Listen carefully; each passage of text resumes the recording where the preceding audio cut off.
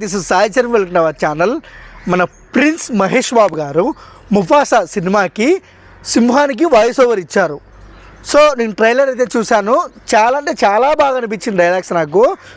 కానీ మహేష్ బాబు గారి craze only voice over ఇస్తేనే ఒక సింహానికి బెంగళూరులో కానివ్వచ్చు, కొన్ని ఏరియాల్లో కొన్ని ఊర్లలో కానివ్వచ్చు, అంత ఎందుకు మన హైదరాబాద్ సుదర్శన్ థియేటర్ దగ్గర, అంటే థియేటర్ కన్నా పెద్ద ఉంది కట్అవుట్ పెట్టారు.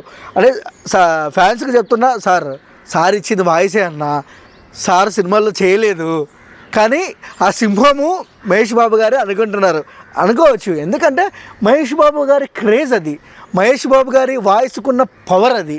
అంటే మనం చూస్తున్న మహేష్ బాబు గారిని అంటే ఫస్ట్ నుంచి ఇప్పుడు వరకు ఏ కాంట్రవర్సీ లేకుండా చాలామంది వేల మంది పిల్లల చిన్నారుల ప్రాణాలు కాపాడుతూ చాలా ఆర్గానిక్గా, చాలా ఫ్యామిలీతో చాలా చక్కగా ఆయన అయితే ఉంటారు.